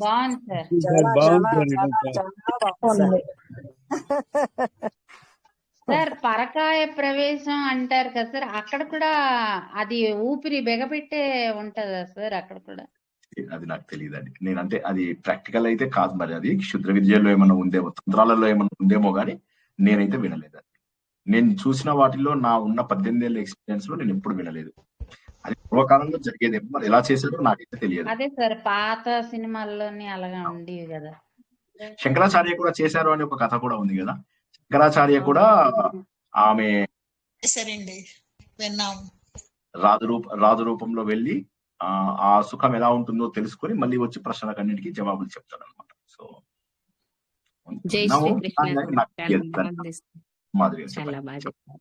చాలా బాగుంది సార్. ధ్యానం చాలా బాగుంటుంది గురువు గారు. నేను ఎప్పుడు అదే చెప్తూ ఉంటాను కదా, మీకు ధ్యానం మీద ఎక్కువ ఫోకస్ చేయండి. ఎందుకంటే ఈ బయట కొద్దిగా తగ్గించుకొని కాస్త ఒక్క 40-45 ఏళ్ళు వచ్చిన వాళ్ళందరూ కూడా మెల్లగా తగ్గించుకుంటూ ఉండండి. ఒక్క రోజులో తగ్గించలేకపోయినా కనీసం ఒక 5-6 ఏళ్లలో అన్ని తగ్గించేసేయచ్చు. సార్ నాకు ఇప్పుడు 85 ఇయర్స్, నేను ఒక 20 ఇయర్స్ తీసుకోవచ్చా సార్ అంటే అది కుదరదు. మీకు 45 ఇయర్స్ వాళ్ళకే ఇంకొక 5 ఏళ్ళు కష్టపడి అన్ని తగ్గించుకోమని చెప్తున్నాను నేను. మీరేందంటే లేదు సార్ నాకు ఇప్పుడు 80 ఇయర్స్, 85 ఇయర్స్, 90 ఇయర్స్ అంటే ఇది ఇంక అయిపోయింది, అంటే సేఫ్ మార్జిన్ దాటిపోయారు. సో ముందు తెలవడం అనేటటువంటిది అదృష్టం. ఇది అసలు ఇలాంటివి ఉంటాయని కూడా ఎంతమందికి తెలుసు? నేనేమన్నాను, రైలు పట్టాలు తప్పితే రైలుని మళ్ళీ పట్టాల మీదకి ఎక్కించవచ్చు, కానీ అసలు పట్టాలే ఉంటాయని తెలియని రైలు ఏం చేస్తాను చెప్పండి? పట్టాలు ఉంటాయని వెళ్ళవచ్చు అని కూడా కొన్ని బోగీలకు తెలియదు. పాపం అలా తయారు చేసి వదిలేస్తారు వాటిని. మీ ప్రవచనం తర్వాతే మాకు తెలిసిందండి ఇవన్నీ ఇలా ఉంటాయని. అసలు ఇప్పుడు దాకా ఎవరు చెప్పింది లేదండి. మీరు చెప్పే విధానమే అసలు ఎవరు చెప్పరు. జై శ్రీకృష్ణ. ఒక 10 నిమిషాలు వారానికి ఒక రోజు ధ్యానం చేయించండి మా చేత. ఏంటమ్మా మీ వాయిస్ బ్రేక్ అయింది, మళ్ళీ చెప్పండి. వారానికి ఒక్కసారి అయినా కానీ మీరు ధ్యానం మాకు చేయించండి అంటున్న క్లాసు. ఇది ముందు ఫస్ట్ అంటే నేనేంటంటే భజగోవిందము తర్వాత దశశ్లోకి 2 పూర్తి చేశాక చూస్తాను, తప్పకుండా ప్రయత్నం చేస్తాను. ముందు 2 కంప్లీట్ అయిపోవాలి నాకు. ఎందుకంటే అవి మీ అందరిలో అది అంటే మీకు ఫస్ట్ అది అర్థమైతే ధ్యానం సులభం అవుతుంది. లేకపోతే ధ్యానం అంటే ఏముందంటే కళ్ళు మూసుకొని నిద్రపోవడమే, పడి నిద్రపోతుంటారు. మీరు పిరమిడ్లలో గొట్టాలలో పడుకొని ఉంటారు జనాలు, అలా పడుకుంటారు, శుభ్రంగా నిద్రలు పోతున్నారు, చచ్చేటుగా పడుకుంటున్నారు. ధ్యానం పేరు మీద పడుకుంటున్నారు, లేదా కొద్దిసేపు ఇలా యాక్టింగ్, ఏం లేదు. నిజంగా ధ్యానము తెలిసిన వాడికి 30 సెకండ్స్ చాలు ధ్యానంలోకి వెళ్ళిపోవడం. 30 సెకండ్స్ చాలు. అనుభవపూర్వకంగా చెప్తున్నాను. నిజంగా ధ్యానం అలవాటైన వాడికి ఎక్కువ కష్టం ఉండదు. ఎందుకంటే ఈ మైండ్ ఇది ఏంటంటే 100 మందితో మాట్లాడి 100 ఆలోచనలు ఉంటాయి కదా, కష్టం. కానీ దాని బదులుగా ముందు అవన్నీ తగ్గించుకోవాలి. ఇప్పుడు మన వైరాగ్య సాధన దశశ్లోకిలో ఆత్మస్వరూపం, ఇది మళ్ళీ చెప్తుంది చూడు, వైరాగ్య సాధన ద్వారా ఆత్మస్వరూపం తెలియాలి మనకు. వైరాగ్య సాధన భజగోవిందము, దశశ్లోకి అనేటటువంటి నిర్వాణ దశకం ఏదైతే ఉందో అది ఆత్మస్వరూపాన్ని తెలియజేస్తాయి. ఈ రెండు తెలిసిన తర్వాత ధ్యానం చాలా సింపుల్ అయిపోతుంది. కొద్దిగా ఆచరణ, నేనేమంటున్నానంటే కూర్చోబెట్టి మీ అందరినీ కళ్ళు మూసుకోండి, మీ కాళ్ళలో వచ్చిన ప్రవాహాన్ని చూడండి ఇవి అని చెప్పి నేను ప్రవాహ ఉపనిషత్తు చేపియచ్చు, కానీ దానివల్ల ఫలితం ఎక్కువ ఉండదు. మీకు ఫస్ట్ దశశ్లోకి అండ్ భజగోవిందము ఎంత వీలైతే అంత రాత్రి పగలు అవే వినండి. ఇంకా ఎంతసేపు 1.5 స్పీడ్ లో పెట్టుకుంటే ఒక్కొక్కటి గంట సేపు నేను చెప్పాను, గంటన్నర చెప్పాను అనుకున్నా మీరు లెక్కేసుకోండి, 20, 40 వీడియోలు మీరు రోజుకు 6 గంటలు, 8 గంటలు, 10 గంటలు, 12 గంటలు వినండి. మైండ్ లోకి ఎక్కాలి. ఫస్ట్ ఎక్కిన తర్వాత చిన్న చిన్న ఆచరణల ద్వారా ఇవన్నీ వదిలేయండి. బయట ప్రపంచము, ఈ వీళ్ళతో ఫ్రెండ్షిప్లు, వాళ్ళతో ఫ్రెండ్షిప్లు, నెట్వర్క్స్ ఫామ్ చేసుకోవడము, పెళ్లిళ్ళు, పేరంటాలు, బర్త్డే ఫంక్షన్స్, ఎంతెంత దూరాలు నానా కష్టాలు పడుతూ వెళ్తూ అవసరం లేదు, తగ్గించుకోండి. అందుకే నేనేమన్నాను, ఫస్ట్ మీరు ఒకటి డిస్టింక్షన్ చేసుకోవాలి, ఇది నాకు అవసరం, ఇది అవసరం లేదు. ఫస్ట్ ఆ డిస్టింక్షన్ చేయకపోతే రానే రాదు. నన్ను నమ్మండి, ప్రామిస్ చెప్తున్నా, ఇది నాకు అవసరం, ఇది నాకు అవసరం కాదు. అప్పుడు మెల్లమెల్లగా వదలండి. ఎంత కష్టం తెలుసా వదలడం, ఎంత కష్టం అనిపిస్తుందో వదలడం, కానీ తర్వాత ఎంత బాగుంటుంది తెలుసా, మనస్సు ఎంత బాగుంటుందో. ముందు కష్టం అనిపిస్తుంది, అరే వీళ్ళ ఇంట్లో ఏమైందో, వాళ్ళ ఇంట్లో ఏమైందో, ఇక్కడ ఏమైందో, అక్కడ ఏమైందో, వీళ్ళు ఏమనుకుంటున్నారో నన్ను, వాళ్ళు ఏమనుకుంటున్నారో. ఇప్పుడు నాకు ఎవరైనా ఫంక్షన్స్ కి పిలిస్తే భయం, గజగజలు ఆడిపోతున్నాను నేను ఎవరైనా ఫంక్షన్స్ కి పిలిస్తే. జై శ్రీకృష్ణ. తప్పకుండా చేయిస్తానండి, కానీ ఫస్ట్ నిర్వాణ దశకం ఇది భజగోవిందం అర్థం చేసుకోండి. నేను మళ్ళా చెప్తున్నా, ఇక్కడ గురు దక్షిణ ఉండదు, శిష్య దక్షిణనే. నేనే మీకు ప్రతి నెల మంచి స్టూడెంట్స్ కి బోలెడన్ని పుస్తకాలు ఇస్తాను, నేనే మీకు ఇస్తాను, నేనే మీ అందరికి దక్షిణ సమర్పించుకుంటాను. కన్యాశుల్కం లాగా సార్. శ్వాస తక్కువ తీసుకోవడం అంటే ఏంటి సార్? ప్రస్తుతానికి వదిలేసేయండి, మీరు కన్ఫ్యూజ్ అయ్యి ఇంట్లో తక్కువ శ్వాస తీసుకుంటే కష్టము, పర్వాలేదు. మళ్ళీ శ్వాస తక్కువ తీసుకోవడము అంటే మీనింగ్ ఏంటంటే, మీరు ఇప్పుడు కుక్కను చూసారు కదా, కుక్క శ్వాస ఎలా తీసుకుంటుంది, అదే మీరు తాబేలు చాలా స్లోగా తీసుకుంటుంది, అదే అన్నమాట. ఇప్పుడు మనము మీడియం స్పీడ్ లో తీసుకుంటాం.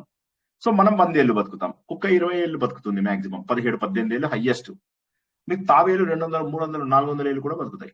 సో శ్వాసలు అవే ఉంటాయి, కానీ దాన్ని స్లోగా తీసుకోవడం ద్వారా. ఇప్పుడు మీ దగ్గర 100 రూపాయలు ఉన్నాయి, 100 రూపాయలని మీరు ఎప్పుడు ఖర్చు పెడితే అప్పుడు తల్లి కొడుతుంది అనుకోండి. కొంతమంది ఏదో కొనుక్కుంటారు, ఇంకో కొంతమంది ఏదో కొనుక్కుంటారు. ఎవరికి 100 రూపాయలు తొందరగా ఖర్చు అయిపోతే వాళ్ళు వేస్ట్ అయిపోయినట్టే. ఆ 100 రూపాయలు జాగ్రత్తగా వాడుకున్నవాడు మంచిది. ఇప్పుడు నేను ఎడారిలో వెళ్తున్నాను, నీళ్ళని కొద్దిగా సేఫ్ గా కాపాడుకోవాలి, కొద్దిగా తాగుతూ కొద్దిగా తాగుతుంటే బెటర్. మంచిగా దాహం వేసింది కదా అని ఫుల్ గా తాగేశానంటే అంతే సంగతులు. సో కాబట్టి కొద్దిగా తీసుకోవడం అన్నమాట శ్వాస. అది ప్రాణాయామంలో వస్తుంది. ప్రాణాయామము అంటే ఏంటి? ప్రాణ ఆయామము, ప్రాణం యొక్క నియంత్రణ. అదే యోగాలో నేర్పుతారు. శ్వాస బిగబట్టాలి, శ్వాస ఎంత బిగబట్టి గాలి అదే ధ్యానం. నేనేమంటున్నాను, శ్వాస బిగబట్టి కొద్దిగా అవన్నీ చేయకండి. ముందు ఫస్ట్ అనవసరమైన ఉషా మేడం మీది చాలా డిస్టర్బెన్స్ వస్తుంది. ఉషా సాగర్ గారు మీది చాలా థ్యాంక్ యూ. మీకు ఏమవుతుందంటే జనరల్ గా మనం చేయవలసిందల్లా ఏంటంటే ధ్యానం తర్వాత స్టెప్, కానీ ధ్యానము కుదరడానికి కావలసిన ఆచరణ ముందు ఉండాలి. ఇప్పుడు యమ నియమ ఆసన ప్రాణాయామ ప్రత్యాహార ఈ 5 అయిన తర్వాతనే ధారణ ధ్యాన సమాధి. ఇప్పుడు ఈ 5 అయిపోయినాయి, ఇవి చెప్పండి, నేను ధ్యానం నేర్పిస్తా. ఇవి మూడు నేర్చుకోవాలి మనం. ఇది ధ్యానం. ఈ మూడింటిని ధారణ ధ్యాన సమాధి అంటారు. ఈ 5 యమ నియమ ఆసన ప్రాణాయామ ప్రత్యాహారం. ఈ 5 అయితేనే ఇవి 3 ఈజీ అవుతాయి.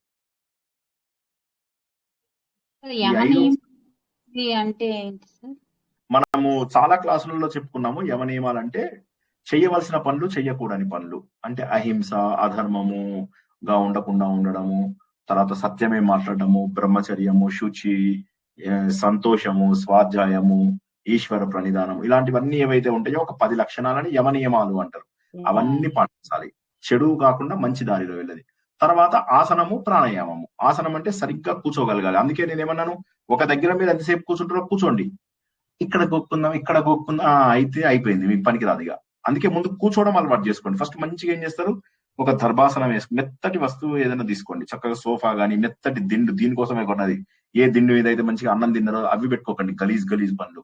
మంచిగా ఒక కొత్త దిండు కొనుక్కొని చక్కగా దాని మీద ఒక దర్భాసనం వేసుకొని మంచిగా నిఠారుగా ఉండేలాగా చూసుకుని, వెనకకి ఏదైనా ఉండేలాగా చూసుకొని పెట్టుకొని మెల్లగా ప్రాక్టీస్ చేయండి. అయితే యమం, నియమ, ఆసన, ప్రాణాయామ ముందు కూర్చోవడం ప్రాక్టీస్ చేయండి ఫస్ట్.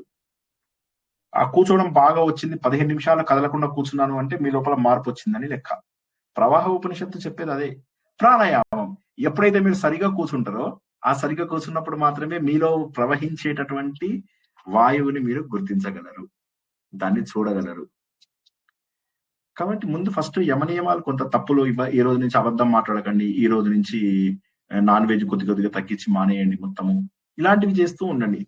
అహింస, అసత్యం ఉండకూడదు, అస్థేయము, అపరిగ్రహము, ఎవరైనా గిఫ్ట్ ఇస్తే తీసుకోకుండా ఉండడము, మీరెవరికి ఇవ్వకండి, ఎవరి దగ్గర తీసుకోకండి. సో ఇలా వీలైనంత వరకు నియమ అలవాటు చేసుకోవాలి. పోయి ఇన్ని చీరలు పెడతారు, ఇన్ని చీరలు తెచ్చుకుంటారు, నాకు ఏ చీర వచ్చింది ఒకడొకటి కంపారిజన్, ఈమెకేమో అసూయ, నీకేంది మంచి చీర పెట్టాడు నాకు మంచి చీర పెట్టలేదు, అసూయ. గిఫ్ట్ లో ఒకరికి ఇవ్వచ్చు అని చెప్పారు కదండి, ఒకరికి ఇవ్వచ్చు తీసుకోకూడదు అన్నారు కదా. ఏది వద్దు, వీలైనంత వరకు ఏమి అంటే మనుషుల్ని ఎందుకు కలుస్తున్నారు? ఇప్పుడు నేను ఏమన్నాను, మనము మనుషులని ఎంత కలుస్తూ ఉంటే అన్ని వస్తాయి, మనం ఇస్తే వాళ్ళు ఊరుకుంటారో వాళ్ళు వచ్చి మళ్ళీ మనకి ఇస్తారు. వీలైనంత వరకు అసలు వదిలేయండి, అసలు జనాలను కలవడం అనేది వదిలేయండి. మీకు ఆ విషయం అర్థం కావడం లేదు, నేను ఎంత చెప్పినా ఇందులో ఎవరికి అర్థం కావడం లేదు. అది ఆచరించి ఒక నెల రోజుల పాటు గురువు గారు, శ్రీనివాస్ గారు, మేము ఈ నెల రోజుల పాటు ఎవరిని కలవలేదు, ఎవరికి ఫోన్లు చేయలేదు. వారానికి 15 రోజులకు ఒకసారి మీరు చెప్పినట్టుగా 5 నిమిషాల పాటు మాట్లాడుతున్నాం అందరితోటి. మిగతా టైం అంతా కట్ చేసేసి మీ ప్రవచనాలు, మాకు నచ్చిన జనాల ప్రవచనాలు వింటున్నాము అని చెప్పి నెల రోజుల పాటు అలా ఉన్న వాళ్ళ ప్రతి ఒక్కళ్ళకి కూడా శిష్య దక్షిణ ఇస్తా. నేనే మీకు అందరికి దక్షిణ ఇస్తా. ఓకేనా? కనీసం మనుషులతో మాట్లాడడం మానేయండి, గోడలతో మాట్లాడండి, కానీ మనుషులతో మాట్లాడడం ముందు తగ్గించండి. మెల్లమెల్లగా తగ్గించాలి. అది నెల రోజుల లోపల 0కు వచ్చేయాలి అది. జై శ్రీకృష్ణ. జై శ్రీకృష్ణ సార్. సార్ ఇది మనకి పంచప్రాణాలు అంటారు కదా. ప్రసన్న గారు తర్వాత సూర్యశ్రీ గారు, ప్రసన్న గారు తర్వాత సూర్యశ్రీ గారు. ప్రసన్న మేడం చెప్పండి సార్. పంచప్రాణాలు ఉంటాయి కదా సార్, మనకి ప్రాణం అనేది 5 వాయువులుగా విడిపోతుంది అన్నారు కదా. సో ప్రాణ, అపాన, ఉదాన వాయువు ఇట్లాంటివి అవి మనకి చక్రాలతో ఏమన్నా వాటికి రిలేషన్ ఉంటుందా సార్? అవును, అవి లేకపోతే ఇవి చక్రాలు పనిచేయవు, మీ ఆరా పనిచేయదు, మీ నాడీ వ్యవస్థ పనిచేయదు. ఇప్పుడు మనం తెలుసుకున్నదంతా కూడా మీ వాయువు ఉంటేనే ఈ చక్రాలు పనిచేస్తాయి, ఆరా పనిచేస్తుంది, నాడీ వ్యవస్థ పనిచేస్తుంది అని తెలుసుకోవడానికే కదా. ముందు మనము 3 చెప్పాం. ఒకటి మిమ్మల్ని ఆవరించుకున్నది, రెండవది మీ నాడీ వ్యవస్థ, మూడవది మీ చక్రాలు. ఈ 3 యాక్టివేట్ అయ్యేదాన్ని ఏమంటారంటే ప్రవాహము అంటారు. ఈ ప్రవాహం అనేటటువంటిది 10 రకాలుగా విడిపోయింది. ఈ ప్రవాహము ఏదైతే ఉన్నదో, ఈ ప్రవాహం మనం శ్వాస రూపంలో తీసుకున్నటువంటిది. ఈ చక్రాలు ఉన్నాయా, ఈ చక్రాలలో కింద ఉన్న చక్రం మూలాధారంకి 600, స్వాదిష్టానం, మణిపూరక, అనాహతకి 6000 శ్వాసలు వెళ్తాయి. తర్వాత విశుద్ధి, ఆజ్ఞ, సహస్రారానికి 1000 వెళ్తాయి. మీరు తీసుకున్న శ్వాసలలో ఏం చేయకుండా మీరు ఆరోగ్యవంతులైతే ఈ 21,600 శ్వాసలు వీటికి వెళ్తాయి, మీరేం చేయకపోతే. కానీ ఇది ఇప్పుడు ఈ 3ంటిని నియమించేటటువంటి వాయువు. సో కాబట్టి వాయువు ఇంపార్టెన్సే ఎక్కువ ఉంది ఇక్కడ. ఈ మొత్తం ఉపనిషత్తు వాయువుకు సంబంధించిందే. వాయువు మీ శరీరాన్ని, మీ ఆలోచనలను, మీ గమనమును ఎలా ప్రభావితం చేస్తుంది అని చెప్పి తెలుసుకున్నాం అన్నమాట మనం ఈ 4 భాగాలలో. దయచేసి మళ్ళా వినండి, అందరూ వినండి, ఆవిడనే కాదు అందరూ వినండి. అర్థం కాదు అనుకుంటా అంత విని మళ్ళా అల్టిమేట్ గా ఏంటంటే, సార్ మేము గాలి బిగబట్టాలా సార్ అనుకుంటారు, చచ్చూరుకుంటారు. బిగబట్టకండి, ముందు ఫస్ట్ వినండి, అర్థం చేసుకోండి ఫస్ట్. సార్ ఇప్పుడు ఈ వాయువులు అనేవి మన ఈ చక్రాలను యాక్టివేట్ చేస్తున్నాయి అంతే కదా, అంతేనా సార్? అంటే వాయువు దాన్నే ప్రవాహం అంటారు అని చెప్పారు. Okay sir. ఆ ప్రవాహమే వాయు ప్రవాహము, శక్తి ప్రవాహము, నాడీ ప్రవాహము, ఇవన్నీ కూడా వాటికి చలనము, ఇవన్నీ వాటి నుంచే వస్తాయి అని మనం ఈ 4 భాగాలుగా చెప్పుకుంటున్నాం. అది ఇవాళ కాదు, ఫస్ట్ డేనే చెప్పుకున్నాం మనము.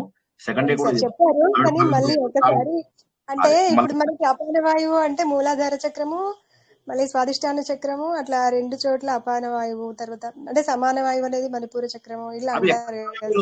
అంటే అవి ఎక్కడున్నాయో మీకు తెలుసుకోవాల్సిన అవసరం కూడా లేదు. జస్ట్ ప్రాణాయామం చేస్తే అవి ఎలా పనిచేయాలో వాటికి తెలుసు. మనం బాబోయ్ ఇది సరిగ్గా పనిచేస్తుందా, అది సరిగ్గా పనిచేస్తుందా చూడక్కర్లేదు. మన శరీరంలో ఒక భాగము పనిచేయడం లేదు అంటే మన శరీరంలో వాడు ముందు ఆక్సిజన్ ఎక్కిచ్చేస్తాడు ఫస్ట్. ఎందుకోసము అంటే శరీరంలో ప్రాబ్లమ్స్ ప్రాణం సరిగ్గా తీసుకోకపోవడం వల్ల, ప్రాణం అంటే వాయువు సరిగ్గా తీసుకోకపోవడం వల్ల వస్తాయి. అదే ప్రవాహ ఉపనిషత్తు. దీనికి ఇంకా చాలా రకాల పేర్లు పెట్టి ప్రాణిక్ హీలింగ్ అని అదని ఇదని చాలా చేయిస్తారు. ఇవన్నీ వెళ్ళకండి. మళ్ళా అక్కడ మోసగాళ్ళు వాళ్ళు ఉంటారు, డబ్బులు తీసుకుంటారు, వాళ్ళు ఏదో చేయిస్తారు, సడన్ గా పుట్టుకు అని ఏదో ఒకటి విరిగిపోతుంది, బోల్ట్ నట్టు మళ్ళీ అతుక్కోవు. అవన్నీ చేయకండి ఇక. జై శ్రీకృష్ణ.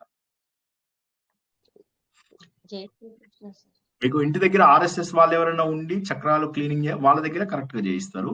కానీ అది చేయాలన్నా ముందు మీరు యమనియమ ఆసన ప్రాణాయామ ప్రత్యాహారాలు ముందు చేయించుకోండి, ఫస్ట్ ముందు చేయండి. జై శ్రీకృష్ణ. Next question.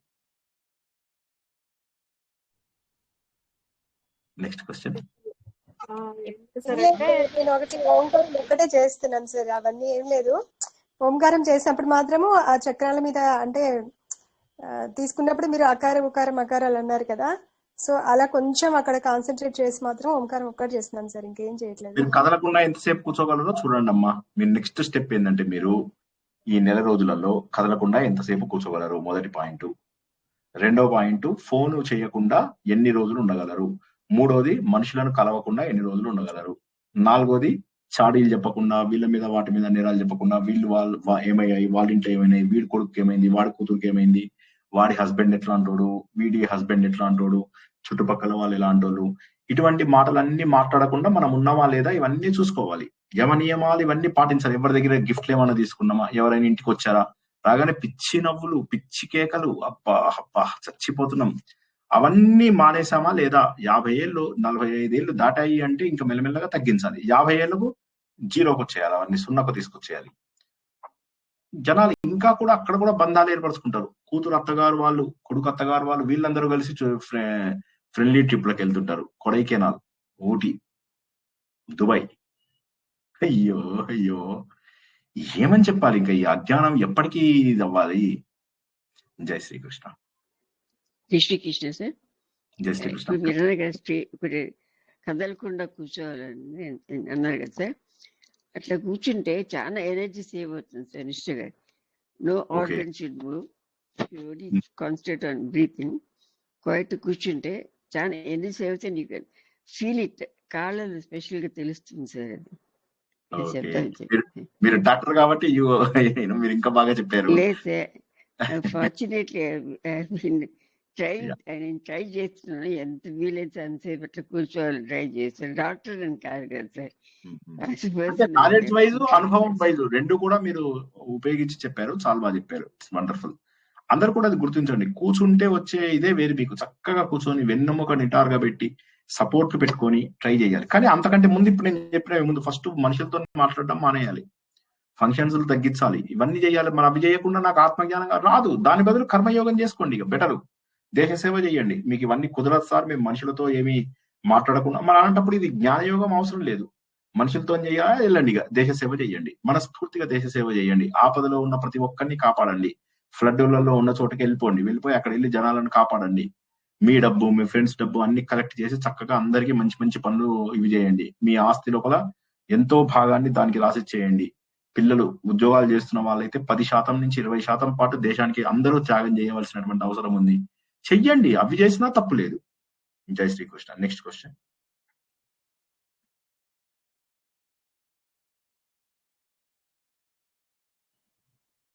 తర్వాత మనకి అనుభవం వస్తుంది సార్, శరీరం నేను కాదనేది రాదు, ఎప్పటిదాకా రాదు. శరీరము చాలా మార్పు కనిపిస్తుంది. ఇప్పుడు మేడం పద్మావతి మేడం చెప్పారు కదా, ఆవిడ చెప్పినట్టుగా ఫీల్ ద డిఫరెన్స్. యాక్చువల్లీ మీకు తెలియకుండానే మీకు అంతేందుకు, నేను ఇందాక ఎగ్జాంపుల్ చెప్పే కదా, మీరు జస్ట్ గాలి గట్టిగా పీలిస్తేనే మీకు ఎంతో మార్పు కనిపిస్తుంది కదా. సో అలాంటిది మీరు జస్ట్ ఇమాజిన్ చేసుకోండి, ఒక దగ్గర కూర్చుని మీరు కేంద్రీకరిస్తే ఎంత శక్తి వస్తుంది అనేది. అది చేస్తేనే చిన్న చిన్న మామూలు ప్రాణాయామాలకి వస్తుందంటే దానికి ఇంకా. మీ వాయిస్ బ్రేక్ అవుతుంది, మీ వాయిస్ క్లియర్ గా లేదమ్మా. చాలా ప్రశాంతంగా ఉంటుంది. జై శ్రీకృష్ణ. కానీ సాధన చేస్తా ఉంటేనే ఆలోచన కూడా కంట్రోల్ వాయిస్ లో అయింది, ఎవరిదో తెలియదు, వాయిస్ లో అయిపోయింది. రాధా మాధురి చెప్పండి అమ్మా, గట్టిగా ఈ చెప్పండి, ధ్యానం గట్టిగా చెప్పండి. నమస్తే సార్. ఈ ధ్యానం ఇది చేస్తూ ఉంటేనే మనకి ఇవన్నీ చెయ్యాలి అనే కంట్రోలింగ్ కూడా వస్తుంది సార్. సరే ఫస్ట్ చెయ్యి. ఫస్ట్ స్టార్ట్ చేసేటప్పుడు కొత్తగా ఉన్న వాళ్ళకి ఎవరికైనా సరే కూర్చున్నాక వేరే వేరే ఆలోచనలు అంటూ వెళ్ళిపోతాయని భయంతో చాలా మంది ఉంటారు కదా సార్. కానీ అది చేస్తూ ఉంటే ఇప్పుడు మీరు చెప్పారు కదా, చక్రాలకి ఎన్ని వాయువులు, ఎన్ని శ్వాసలు తీసుకుంటాము, ఇప్పుడు నేను నోట్ చేసుకోలేకపోయాను. మీరు పర్వాలేదు, చాలా పర్వాలేదు. స్పీడ్ గా చెప్పారు సార్, చాలా స్పీడ్ గా చెప్పారు సార్. అది ఎగ్జాక్ట్లీ కరెక్ట్ సార్. అందుకే చెప్తున్నాను సార్, ఇవి ధ్యానం చేస్తూ ఉంటేనే అవన్నీ కరెక్ట్ ప్రాసెస్ లో వెళ్తే అప్పుడు వేరే ఆలోచన అన్నవి కూడా మన బాడీ మన కంట్రోల్లోకి వస్తారు సార్. అన్నిటికన్నా ముందు మన మనసు కంట్రోల్కి వస్తే మిగతా అన్ని కంట్రోల్కి వస్తాయి సార్. అది రావడంకే ఈ 5 యమ నియమ ఆసన ప్రాణాయామ ప్రత్యాహారాలు. ఇటువైపు ఓకే సార్. ధారణ ధ్యాన సమాధి, ఇవి ఫస్ట్ చేయాల్సిన అవసరం లేదు. ముందు ఇవి క్లీన్ చేసుకోవాలి, సరైనటువంటి జీవితాన్ని గడపాలి. యమ నియమ ఆసన ప్రాణాయామాలు. ప్రత్యాహారం దగ్గర ఇంద్రియాలని ఇంద్రియాల విషయాల నుంచి దూరంగా ఉంచడం, ఇది ప్రాణాయామం. అంటే గాలి సింపుల్ ప్రాణాయామాలు చేయడం. ఇది యోగాసనాలు. యోగాసనాలు అంటే తలకిందులుగా నిలబడడం, శీర్షాసనాలు అట్లా కాకుండా సింపుల్ చేయగలిగేటటువంటి ఆసనాలు చేయగలగడం. యమ నియమాలలో జీవితాన్ని క్రమశిక్షణగా ఉంచుకోవడం యమ నియమాలలో నేర్చుకుంటాం. ఇది కరెక్ట్ గా ఉందంటే ఇవి అద్భుతంగా ధారణ ఒక్క రోజులో వచ్చేస్తుంది అలాంటి వాళ్ళకి ధారణ. ఇక ధ్యానము వితిన్ 1 month మంచిగా వచ్చేస్తుంది. ఇక సమాధి సరే వారి వారి సుకృతం. జై శ్రీకృష్ణ. ఇంకెవరికైనా ప్రశ్నలు ఉన్నాయమ్మా? వండర్ఫుల్. ఇవాళ 2 ప్రవచనాలు కూడా చాలా శ్రద్ధగా విన్నారు. ఎక్కువ టైం పట్టినా కూడా నేను ఒక్కటే చెప్పేది ఏంటంటే వీలైనంత వింటుండండి. వింటుంటేనే మీకు అర్థమవుతుంది. చక్కగా వింటుండండి. వీలైతే వీటిని డౌన్లోడ్ చేసుకొని మీకు ఇంటర్నెట్ లేకుండా కూడా వినొచ్చు మీరు. మనకేమి ఇక్కడ క్లిక్ బేస్డ్ ఇన్కమ్ ఏమీ లేదు కాబట్టి, వ్యూస్ ఎన్ని వచ్చాయి అనేది మనకు సంబంధం లేదు కాబట్టి, అందులో ఇవి కేవలం మన స్టూడెంట్స్ కి పంపిస్తున్నాం.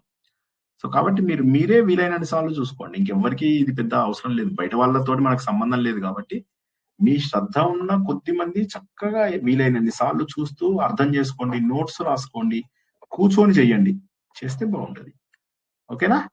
ఇంకెవరికి ఏం ప్రశ్నలు లేవని అనుకుంటున్నా. సార్ ఇది ప్రవాహోపనిషత్ ఎక్కడా లేదు కదా సార్, మీరు ఎక్కడ నేర్చుకున్నారు ఇది?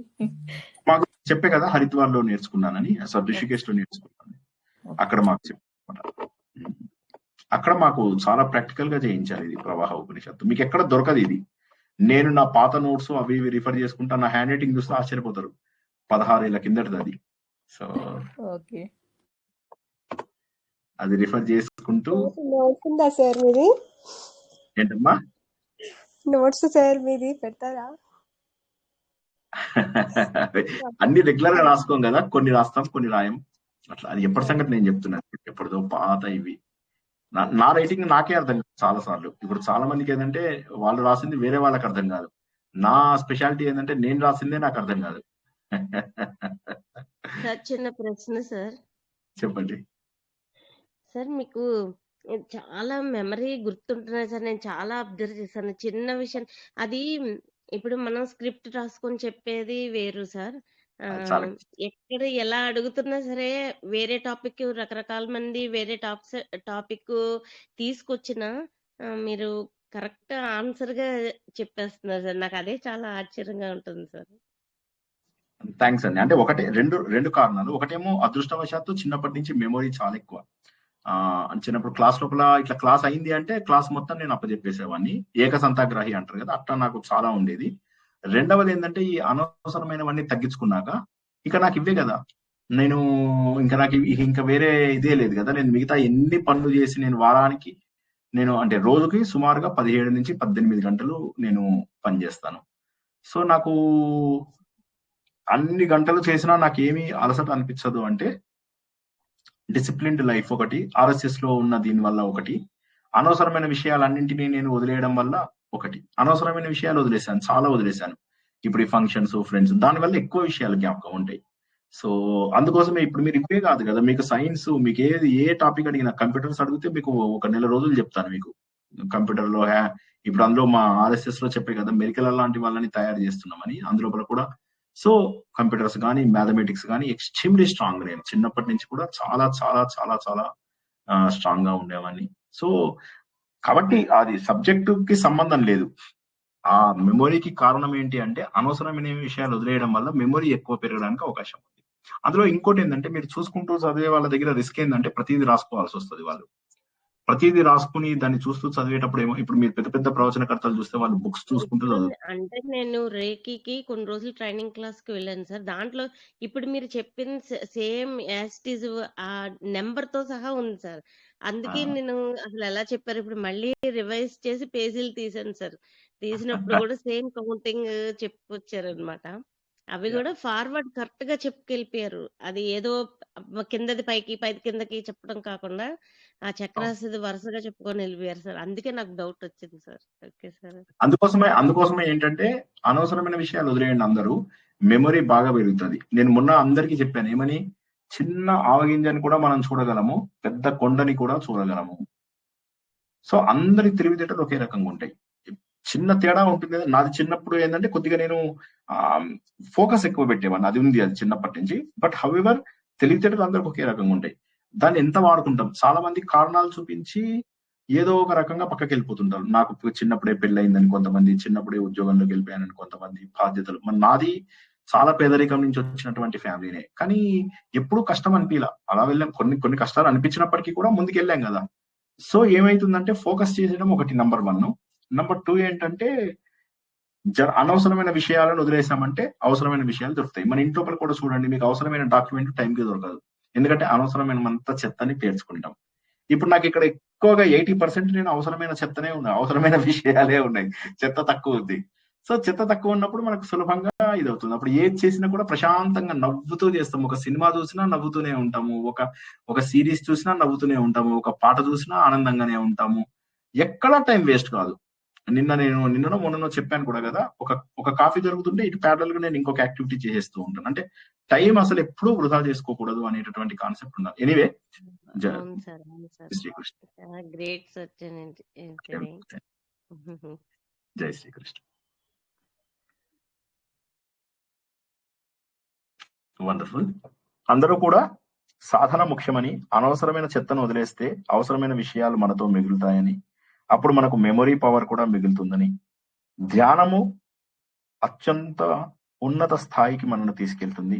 కానీ ధ్యానం కావాలంటే ముందు చెత్తను బయటపడేయాలని తెలుసుకున్నాము.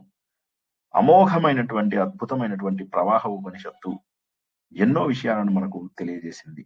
ఆ గురువు గారికి, అథర్వణ వేదంలో ఈ సత్యాన్ని అందించినటువంటి భగవంతుడికి శ్రద్ధగా విన్న మీ అందరికీ కూడా కృతజ్ఞతలు తెలియజేస్తూ ఈ రోజు ప్రవచనాన్ని ఇక్కడికి ముగించుకుందాం. అందరికీ శుభరాత్రి, శుభం జరుగుగాక. జై శ్రీకృష్ణ. జై శ్రీకృష్ణ సార్. ఎక్కువ